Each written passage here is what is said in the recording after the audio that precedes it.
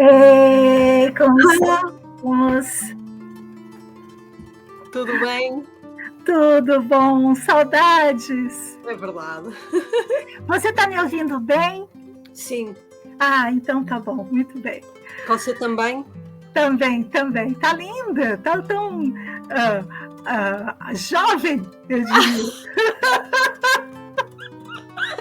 Você também. Adoro estar consigo. Eu já estou numa velhice atroz. Não, não. Ai. Olha só, querida, é uma alegria a gente estar aqui juntos. Eu sonhei com você, eu nem lembro do sonho, mas eu disse, eu preciso falar com a Dulcileia, onde é que ela está? Ainda mais agora, nesses tempos em que vocês estão vivendo também tantas coisas preocupantes, não é mesmo? Sim.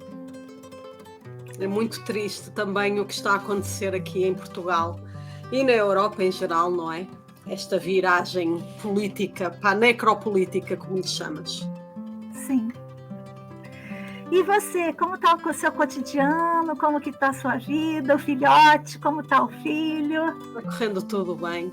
Está tudo bem, acho que sim. Pelo menos tento viver de uma forma que me satisfaça.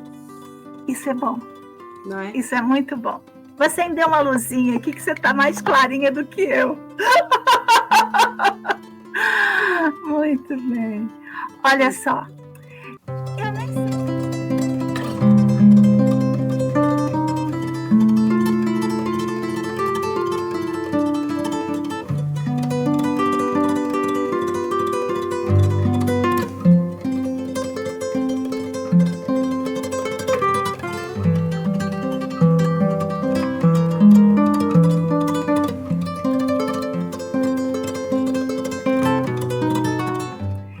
Eu nem sei o que a gente vai fazer, mas eu pensei da gente encontrar para conversar e aproveitar, trazer um pouco daquilo que nos aflige, daquilo que nos comove e das nossas leituras. Uhum.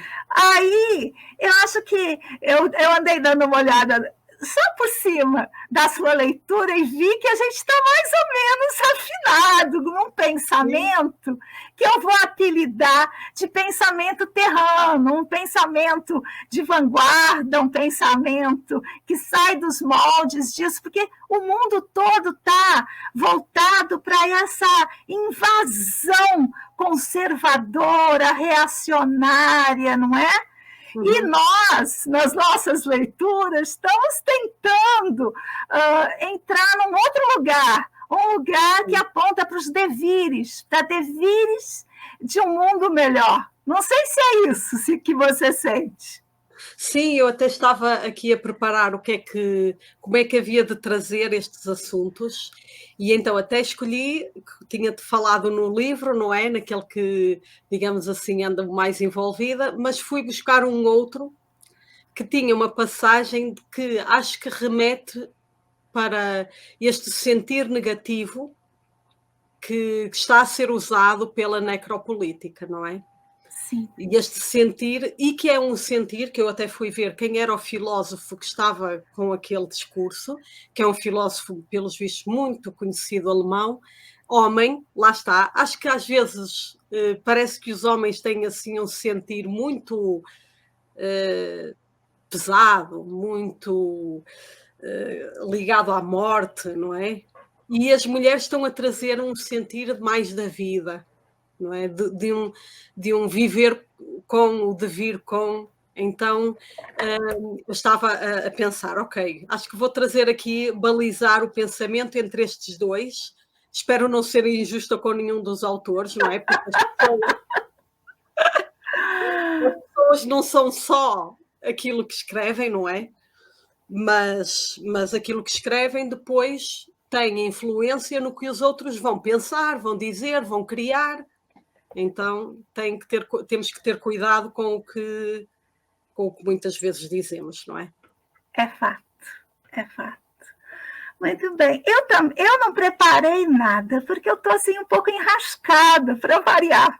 Eu tive um grave acidente, eu não sei se você soube. Não. Eu fiquei 417 dias imobilizada. E aí, eu agora estou assim, já caminho quase 1 quilômetro, já estou voltando.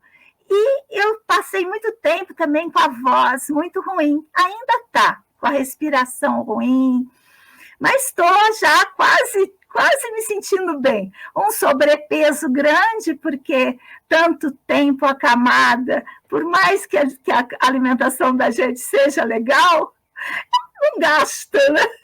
E uma senhorinha acamada, você já viu. Então, eu agora que estou voltando, e parece assim, fiquei tanto tempo fora, agora estou voltando, as coisas estão acontecendo, e eu não estou dando conta do cotidiano.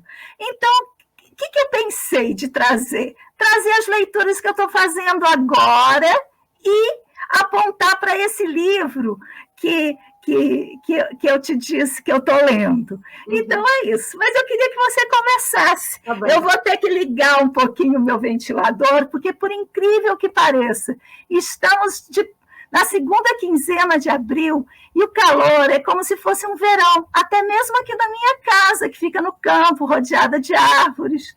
Enfim, eu vou ligar e vou deixar no mudo e vou deixar você apresentar um pouquinho, depois eu vou entrando no meio, tá bom?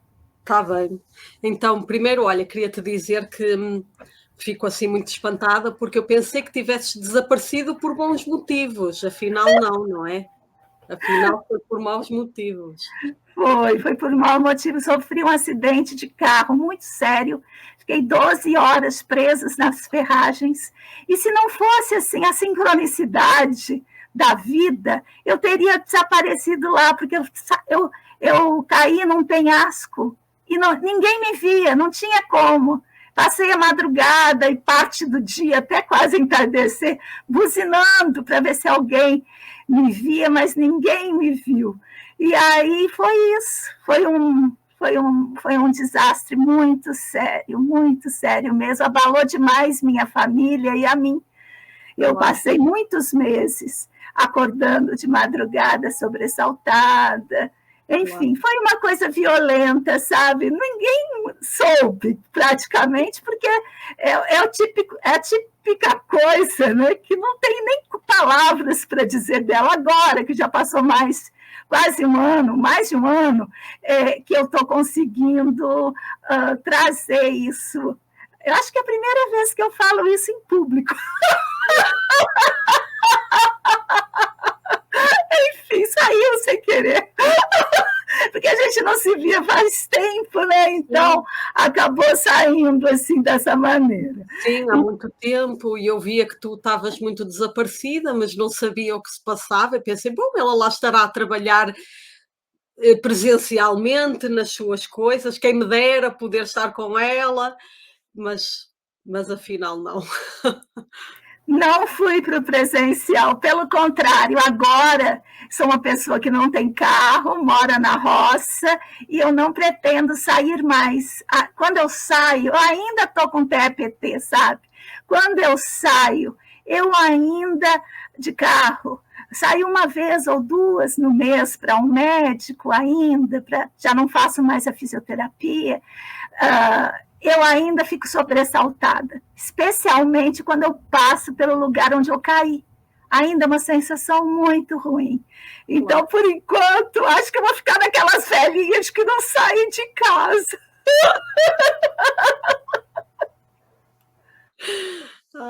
Enfim, pois é. Espero que melhore. Está a melhorar. Nossa, só o fato de eu estar aqui é a primeira vez que eu converso online com uma pessoa desde que acontecido. E só de estar aqui já estou muito feliz, muito feliz. Agradeço demais, viu? Que bom. Então pronto, vamos começar a falar de livros, não é?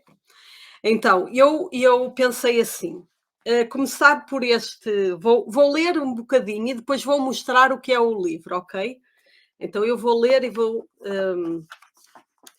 Também só um bocadinho, que é para não ser muito cansativo. Então diz assim, é assim, a urbe, a esfera, já não pode representar-se como um objeto externo, mas sim como espaço no qual existimos. Perdemos para sempre a nossa consciência cósmica, pois o universo que conhecemos com a astrofísica moderna é o oposto a um espaço inabitável. É, no lugar disso, um inferno vazio e inóspito, congelado de terror.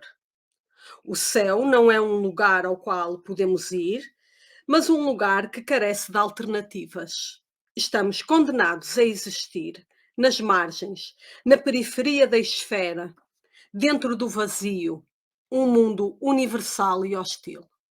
O terceiro milénio será a era da técnica atmosférica e das técnicas de contentores integrais.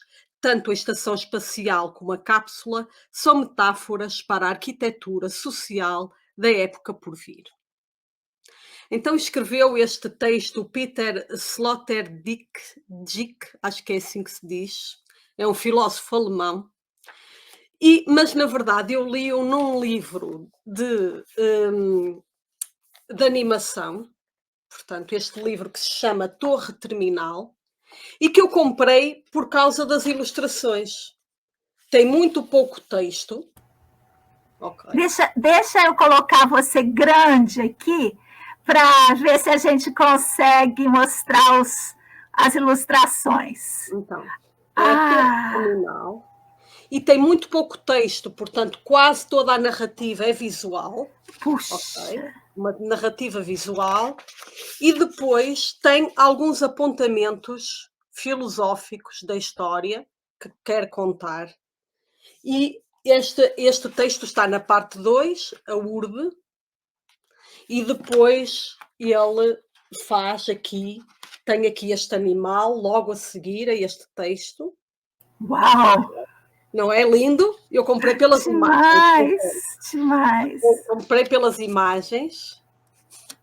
E então depois... E as imagens são de quem, Dulce? As imagens são de um autor português, André Coelho e Manuel João Neto, desculpa. Portanto, André Coelho e Manuel João Neto. Muito Então, é um texto, é um livro português de não é banda desenhada, é uma novela gráfica, não é? Aquilo que se chama de novela gráfica. A esfera, olha a esfera. Tenho que mostrar a esfera, não é? Pronto. Então, a esfera aqui. Sim. Então, eu comprei este livro para, digamos assim, colonizar a minha mente com imagens, porque acho importante, para além, a determinada altura, eu comecei a perceber que colonizo-me muito com palavras e pouco com imagens. Então, como gosto de novelas gráficas, comecei também a tentar encontrar novelas gráficas que me ajudassem, digamos assim, a povoar a minha mente com outras imagens. Ao mesmo tempo, é engraçado ver que o texto é muito negativo, não é? É muito, digamos assim, apocalíptico. O próprio livro também. As imagens também são. Também. Mas eu tenho um certo gozo nisso, não sei você. Sim, eu também tenho. Por isso é que o livro me chamou a atenção e pensei, pronto, agora vou ter que levar este livro deste autor português, deste artista português. Isto é uma pequena edição em Portugal, isto não tem grande visibilidade. Eu comprei numa daquelas livrarias até muito marginal, dentro do Porto, portanto, muito marginal. Mas ao reler e ao pensar no que íamos falar, pensei que era interessante trazer esta visão apocalíptica do planeta que nós continuamos a cultivar como se fosse uma realidade de facto, quando não é. Não é? Você acha que não é? Eu quero acreditar que não é. Porque estamos mergulhados nisso, não? Sim. E o problema é que a política está-nos a encaminhar para isso. A quem será que isso serve? Eu sempre me pergunto. Eu sou bem mais velha do que você, talvez quase o dobro de idade.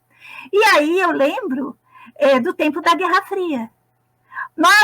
Eu passei a minha juventude sempre pensando, amanhã será o último dia. Alguém vai apertar o botão vermelho. Enquanto isso, enquanto eles criavam esse apocalipse agora, tudo aconteceu e no mundo virou esse lugar que nós estamos agora, neoliberal. Sim. Onde os mais ricos têm tudo e cada vez existem mais pobres. Isso tudo aconteceu lá, enquanto a gente se preocupava quem seria o primeiro a tocar no botão vermelho. E eu fico muitas vezes pensando, será que isso não está acontecendo agora também? Claro, eu acho que sim. Eu acho que sim, com certeza que sim. Continuamos com a mesma narrativa, a tentar levar as pessoas para este fim apocalíptico, não é? A acreditar no apocalipse. Mas, na verdade, nunca acontecendo. Porque ele ainda não aconteceu, não é? Então, hoje eu coloquei uma imagem no meu Instagram pessoal que é um feijãozinho que caiu ali a gente aqui em casa usa a borra do café para fazer um preparado biodinâmico. Então, nós jogamos toda a borra num potinho e nesse potinho nasceram sementes de feijão que caíram ali. E aí, eu tive essa impressão. Gaia vive e acredita no viver. Por mais massacrada que ela seja, ela acredita no viver. Isso que Deleuze fala, acreditar no mundo é o que mais nos falta. Nos desapossaram dele, diz Deleuze. E é esse o aparelho que a gente está inserido. Querem nos desapossar do mundo, nos amedrontar do viver, para que eles possam tomar conta de tudo.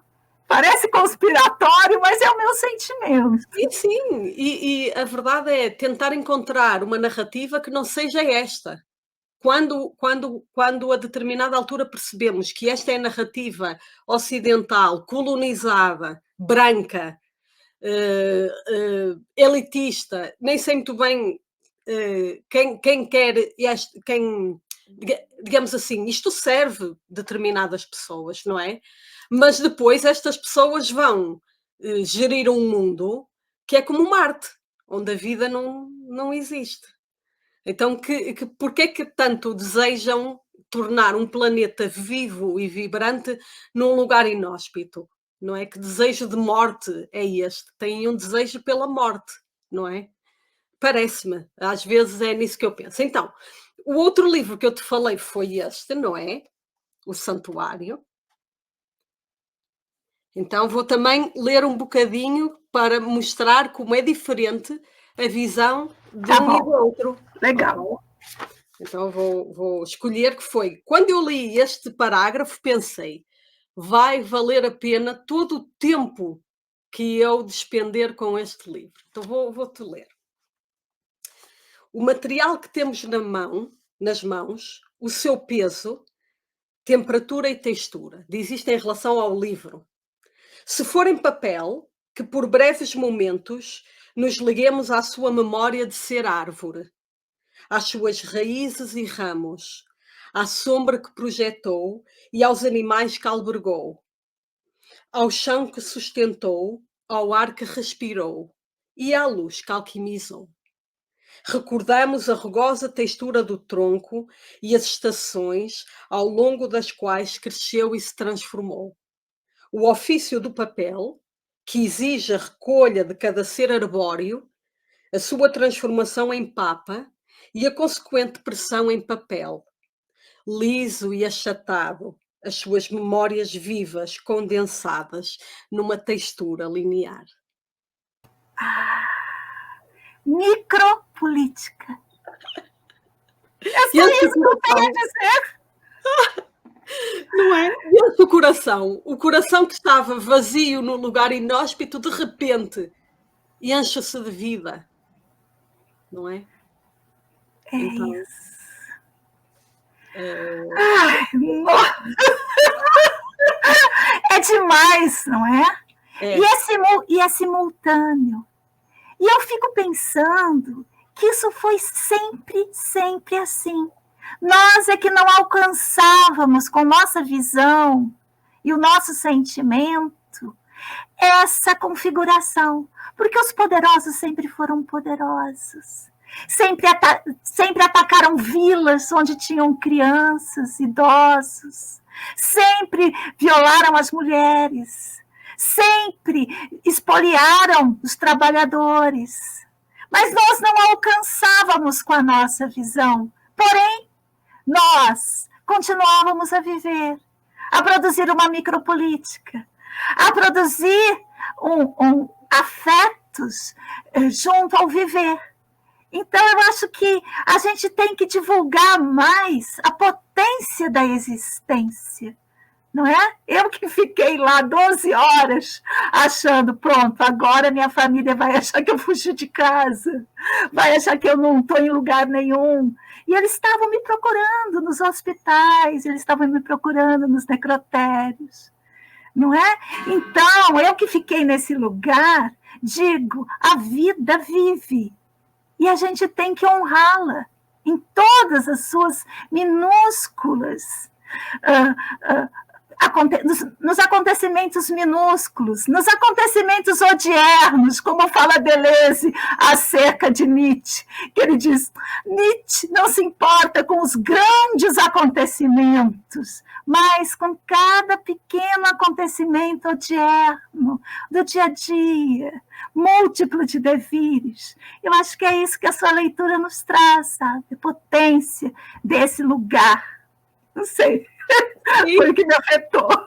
Sim, acho que sim, é essa visão mais diversa, mais global, em que vivemos num mundo povoado de outros seres, não só de nós, mas dos seres que o habitam, que têm as suas próprias culturas, que é uma coisa que eu também tenho aprendido muito com a ecomitologia, não é? Com os outros seres têm as suas culturas, não somos nós os reis da cultura, não é? Não somos nós, não. Os cães têm a sua cultura, os gatos têm a sua cultura, os ursos, os lobos, todos esses seres. A minha leitura está inserida aí. E é engraçado, olha só que interessante. Eu parti da mesma coisa. A autora que eu estou lendo, ela me afetou no início dos anos 2000. No início dos anos 2000, ela lançou aquilo que ficou conhecido como antropologia ciborgue. E a antropologia ciborgue fez parte de uma disciplina que eu dei na faculdade nessa época. A gente estava iniciando a internet para todos, computador para todos, era um mundo, digamos assim, tecnológico. O mundo tecnológico, tudo me daria.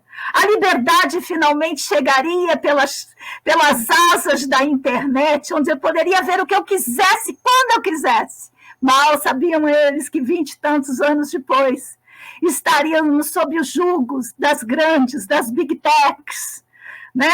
Sob o jugo de bilionários mal intencionados. E do que já se fala hoje, desculpa, e do que já se fala hoje, alguns autores, como espero não errar no nome dele, o János Varoufakis, do tecnofeudalismo. Sim, técnico-feudalismo, exatamente. Não é? Que nós vivemos nos feudos. Sim. Olha lá o começo da nossa conversa, onde eu trouxe lá o feudalismo, os grandes nobres, oprimindo as vilas, incendiando as vilas, não é? A mesma coisa agora. Só que isso se dá. Com novas ferramentas. Exatamente. Ou seja, não importa a ferramenta, não importa o espaço, o território, o jugo do poder está sobre nós, e nós precisamos aprender a viver submersos, porque muitos já tentaram e não conseguiram. Então, tem que existir um outro lugar para nós. Sim. Que não seja só o medo. Então, ela escreveu aqui nesse livro um texto, vamos ver se caiu a minha marcação, um texto chamado Manifesto Ciborgue. Deixa eu pegar o texto todo. Pegar aqui. Manifesto Ciborgue. E ela tem uma entrevista também do Kunzru, é o nome do moço, com ela. Ela é a Dana Haraway. E aí, ela escreveu, em 2000, Manifesto Ciborgue, Ciência, Tecnologia e Feminismo Socialista no Final do século XX. E esse texto me tirou do sério à época. Mudou completamente o que eu imaginava do que eram ciborgues e do que eram os humanos. E aí, tem uma frase dessa pessoa que entrevistou a Dana, que diz assim: encontre Dana Haraway e você terá uma sensação de falta de conexão. Isso aconteceu comigo lá nos anos 2000 e aconteceu comigo novamente quando eu comecei a ler, primeiro que eu adquiri, depois eu comecei a ler esse livro que se chama Quando as Espécies se Encontram, que tem a ver com essa coisa que você falou da cultura do outro. Que outro esse? O outro bicho, o outro planta, o outro mineral, que é aquilo que a gente tem tentado construir como pensamento terrano e com aquilo que a gente tem tentado trazer como conceito de terra com T maiúsculo e T minúsculo nas nossas pesquisas, dos nossos grupos de estudo, das nossas pós-graduações, enfim. E aí, esse livro me deixou sem chão, como diz o moço ali. E eu trouxe um pedacinho só para vocês pegarem o que é isso que ela tem falado aqui, sabe? É uma... Olha só. É demais. Por quê? Porque o ciborgue, na concepção dela, somos todos nós. Desde o momento que você toma uma aspirina para uma dor de cabeça, você já não é totalmente natural. Você já tem uma tecnologia. Agora, então, 20 e tantos anos depois, que nós estamos aqui, você na Europa, eu aqui no Brasil, conversando, eu nem imaginava que isso era possível. Não, já imaginava, mas não era corriqueiro, 2 donas de casa, 2 profissionais fazendo isso no meio do dia. Não é? Isso era só naqueles desenhos do Jacksons. Era uma coisa de fantasia. Sim, mas, ficção científica. Ficção científica. E aí, ela com esse olhar dela, ela veio para esse mundo do bicho. E ela se pergunta o que acontece quando ela acaricia. Ela faz 2 perguntas nesse livro. Ela diz assim: 2 perguntas guiam este livro. 1.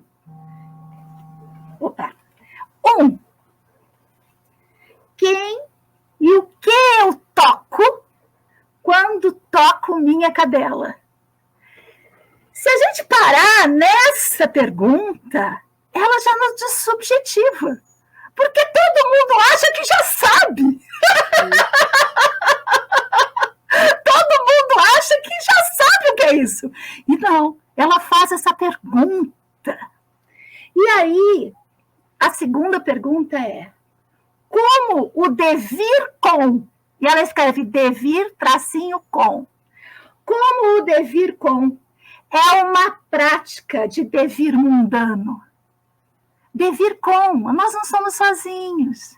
Nós estamos com os nossos bichos, nós estamos com as nossas coisas, nós estamos com as nossas tecnologias. Nós não vivemos só entre humanos.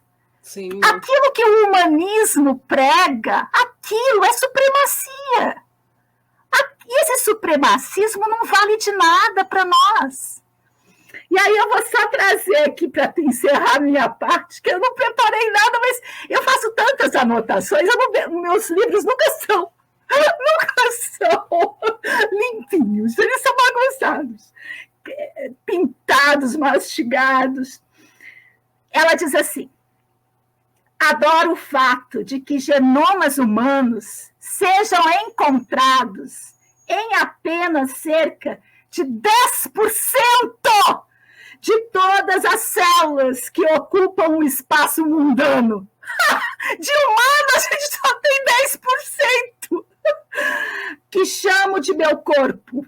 Olha lá, adoro o fato de que genomas humanos sejam encontrados em apenas 10% de todas as células que ocupam o espaço mundano que chamo de meu corpo.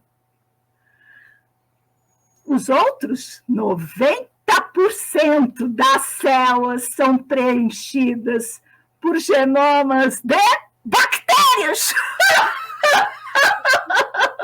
fungos, protistas e quitais, alguns dos quais tocam uma sinfonia necessária para que eu esteja viva, e outros que estão de carona e não causam a mim, a nós, nenhum dano.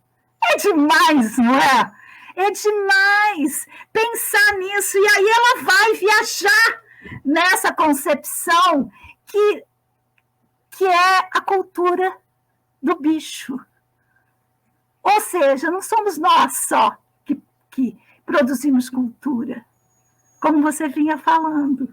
Bem, viajei um pouco por aí, estou apaixonada por ela, mas ela está indo lentamente, porque eu estou lendo também outro livro maravilhoso, que é o Linhas, que agora tem em português. Não tinha, eu li quando eu estive aí em Portugal em inglês, do Tim Ingold, saiu aqui.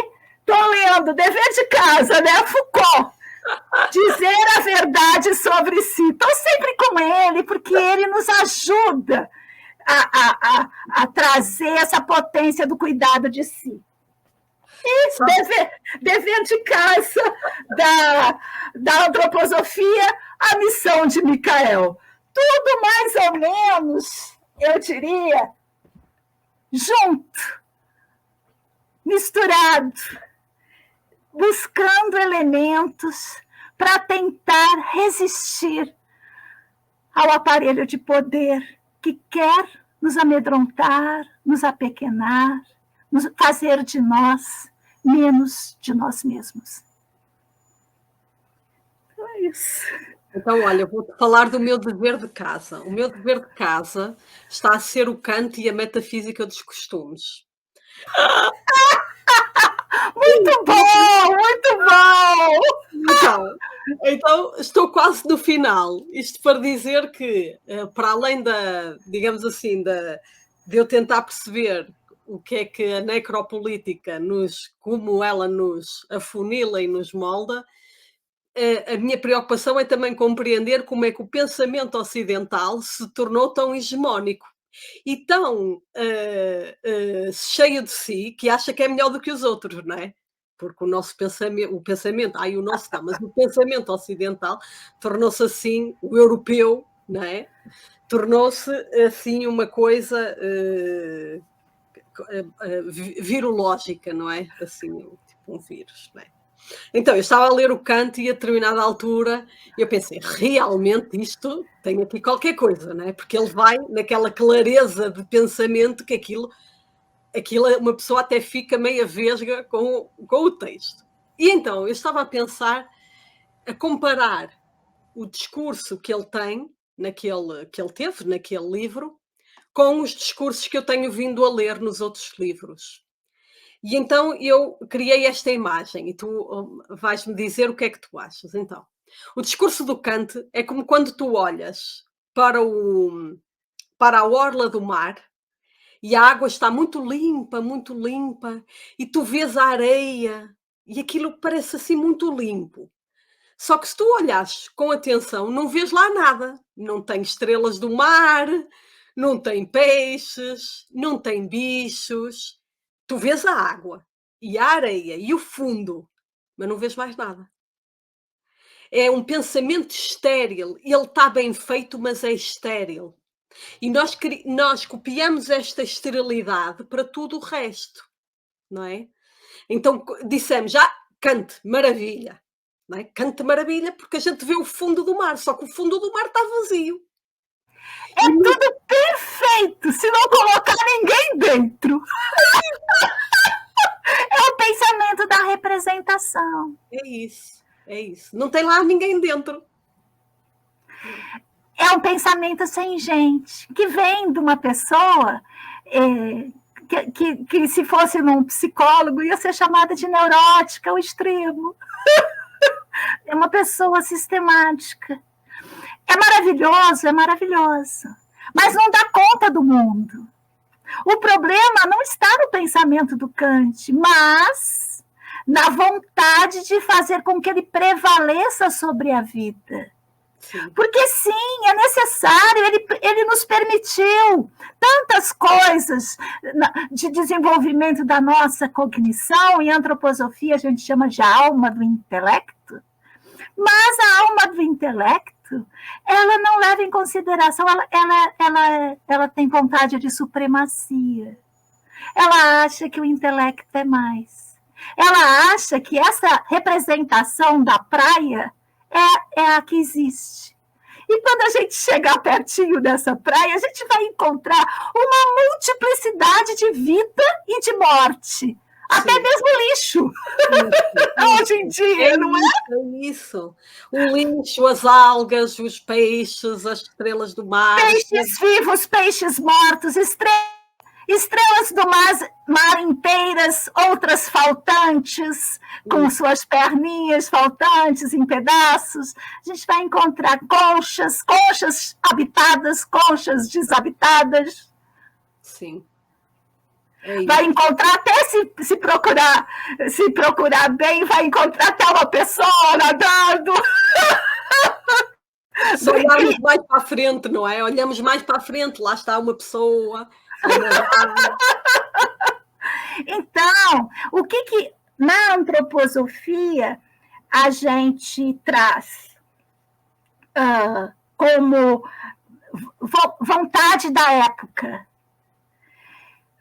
Fomos habituados, constituídos, a hegemonia europeia, a hegemonia da razão, foi constituída durante o período chamado alma do intelecto, que começa lá nos gregos, né? E segue. Mas que agora a gente, digamos assim, estamos entrando cada vez mais no que é chamado alma da consciência. E a alma da consciência, essa madrugada, até estava discutindo com uma pessoa sobre isso, pelo WhatsApp, filosofia por WhatsApp às 2h, que a alma da consciência não é a alma da boa consciência. É a alma da consciência, é uma categoria cognitiva e não uma categoria moral. Você toma consciência, nós mesmos. Através da tecnologia, tomamos consciência de coisas que, na guerra do Vietnã, a gente só ia saber semanas, meses, ou nunca saberíamos, dependendo do nosso acesso à informação. E hoje a gente toma, e durante a madrugada eu estava acordada, porque eu conheço muitas pessoas que estavam sendo bombardeadas naquele momento, e eu estava acompanhando. Então, essa consciência é o que a gente precisa como investimento cognitivo agora, para dar conta do mundo, da sua complexidade. Por quê? Porque a consciência vai ver, sim, a praia aos moldes de Kant, mas ela vai ver tudo e vai ver a si mesmo, vendo a praia. Ela vai tomar consciência de todos esses fenômenos históricos, até mesmo ela vai falar, mas essa praia é pública ou essa praia está sendo dominada por alguém? Ela vai pensar em tudo isso vai, num primeiro momento, causar a mesma coisa que falou aqui o nosso autor na entrevista, dar uma sensação de falta de conexão, de desconcerto. Mas é essa sensação de desconcerto que é o efeito primeiro da tomada de consciência. E aí, tantos autores que nos vêm trazer elementos dessa consciência, que nós não somos os únicos do mundo na praia, né? Que a a praia, ela é um múltiplo. Até mesmo que a praia pode desaparecer se a gente não tomar cuidado com o clima. Tudo isso. Então, viver com esses sentimentos, com essa complexidade, é o nosso desafio agora. E por isso que tantas e cada vez mais pessoas vêm para tentar nos frear do medo dessa falta de conexão, dessa falta de entendimento que a alma da consciência traz. Porque você não tem como, com a sua intelecto, com o seu corpo, com as suas percepções, entender tudo. Por quê? Porque o entendimento já não é mais possível. Entendimento era fator primeiro da época do intelecto, da clareza. Esse é um valor que já não serve mais. Agora são outros valores, os valores da ação. E da relação. Da relação. Exatamente. De trazer essa relação com o lugar e com os outros seres e com os outros humanos para que possamos conviver com a perturbação da consciência, não é? Isso.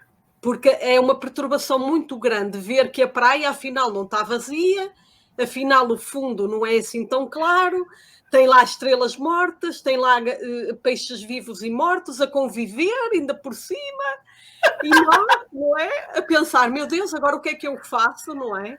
O que é que eu faço? E também essa perturbação de saber que a praia pode desaparecer. Eu acho que esse horizonte da morte, do vazio, também nos está a perturbar. Não é? A consciência de que ele existe, sempre existiu, só que... Agora tomamos consciência. Esse é o efeito da cognição produzida na época em que a gente vive. Uhum. E os autores, e nós duas, e tanta gente está tentando fazer experimentações, experiências, para pensar como se vive, como se segue vivendo, porque existem autores que disseram não, é impossível viver assim. São os nihilistas passivos. Não, o mundo não tem mais jeito. Uhum. Agora tem um nihilista ativo que diz: o mundo não tem mais jeito, mas a gente tem jeito nele. Não é? E eu acho que é isso que a gente precisa investir. E no meu lugar de pesquisa, no meu lugar de entendimento, são as micropolíticas. São aquilo que as coisas invisíveis, aquilo que ninguém dá valor, os pequenos acontecimentos odiernos na linguagem deleuziana, as coisas mínimas, os devires mínimos. A questão é como nos satisfazer com eles enquanto o mundo pede grandes acontecimentos, grandes consumos, não é mesmo? Sim, sim. Como no fundo, essas micropolíticas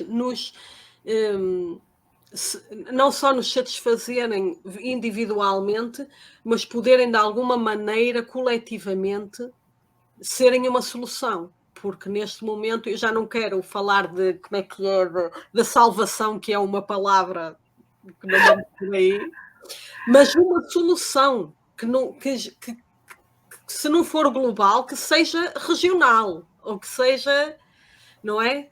Mas isto está difícil, porque o combate talvez seja mesmo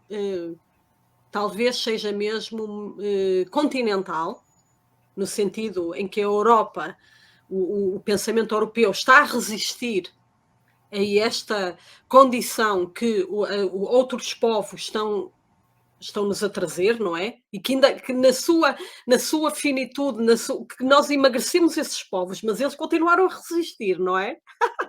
Ainda bem, porque, enfim, e nós continuamos a resistir, a Europa continua a resistir a esses inputs dos aborígenes, dos indígenas, das pessoas que continuaram a compor uma vida com a vida. E nós não, nós compomos a vida com a morte, não é? Com este vazio. E até, eu acho que foi como começamos a nossa conversa, há um gosto pela morte, não é? Pelo Ah, vazio, não é? Pela esfera que está a morrer e que não sei quê, e depois podemos todos chorar e ser muito poéticos e então, sem vermos Thanos, a beleza, não é? Thanos dá mais gozo do que Eros. É isso. E é um gozo mais consistente. Thanos dá consistência. Eros não é consistente. Então, aí a gente tem um lugar complexo. Sim, muito E eu, complexo. eu gosto daquele poema. É preciso aprender a ficar submerso. Porque você está submerso, mas você não tem guerras para respirar. Você está submerso, mas você não tem como fazer outra coisa a não ser ficar ali. E como aprender a fazer isso? Esse é o meu desafio diário. Voltando ali para o meu acidente, quando eu estava lá no meio da madrugada, eu pensei muito nesse ficar submerso. Eu falei assim, pronto, agora eu vou ficar aqui sem conseguir me mexer, ferida, e vou morrer. E aí? O devir morte. E eu acho que nesse devir morte, nesse gozo pela morte, existe um, um, uma alegria que é o que está contaminando as pessoas hoje. Porque, se não tem mais jeito, não, então bora. É isso, também. Então sossega, porque é cansativo lutar. Nós somos todos Sísifos. Então vamos parar de lutar. Vamos morrer, que bom. Que é um pouco do existencialismo que dominou a minha juventude. O botão estava ali, somos existencialistas, morreremos. Sartre, Camus, todos eles beberam nessa fonte, que é esse lugar do niilismo completo, o niilismo reativo, digamos assim. O niilista que diz, então chega. É um pouco isso que atrai a juventude. Não sei, eu acho. Sim, trouxeste essa ideia do oposto, não é? Lembro-me numa altura de um professor meu falar nessa questão, de que os contrários, como é que ele dizia?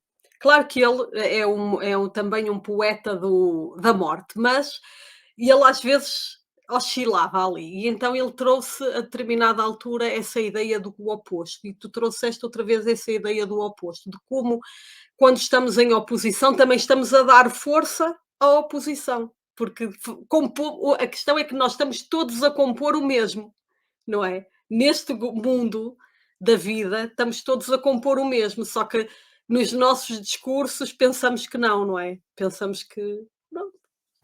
Então, E mesmo assim, seguimos a viver. E eu acho que aí está a potência afirmativa que Nietzsche chamou de amor fati, amor ao destino. Mesmo nisso tudo, mesmo nessa coisa mais terrível, estamos aqui. E é isso que tem que nos alegrar. Insistir, continuar. E por insistir, continuar, tenho que dizer: acabamos!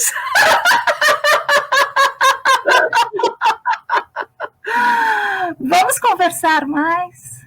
vamos, Vamos fazer disso um hábito, acho que sim. não é? É imenso, sim. É bom demais. Uhum. Querida, quero agradecer. Abro a palavra para você se despedir e nós encerrarmos.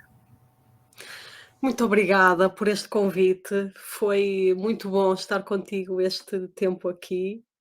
Espero que a gente se encontre novamente e que partilhemos os nossos livros, as nossas leituras, este povoar que nós fazemos, não é? Do nosso interior, através dos livros, não é? E através de imagens, através do viver, não é? E pronto, espero. Estou também nesta aprendizagem do viver com e do devir com, por isso, bem-ajas. Querida Dulcineia Pinto, diretamente de Portugal, na sua primavera, eu aqui do outono, Juiz Forano, hoje um outono quente, porque tudo está aquecendo demais. Me despeço de você com alegria, querendo trazer mais ainda desses encontros para nós e para o nosso público. Agradeço quem assistiu, agradeço Dulcineia e até uma próxima.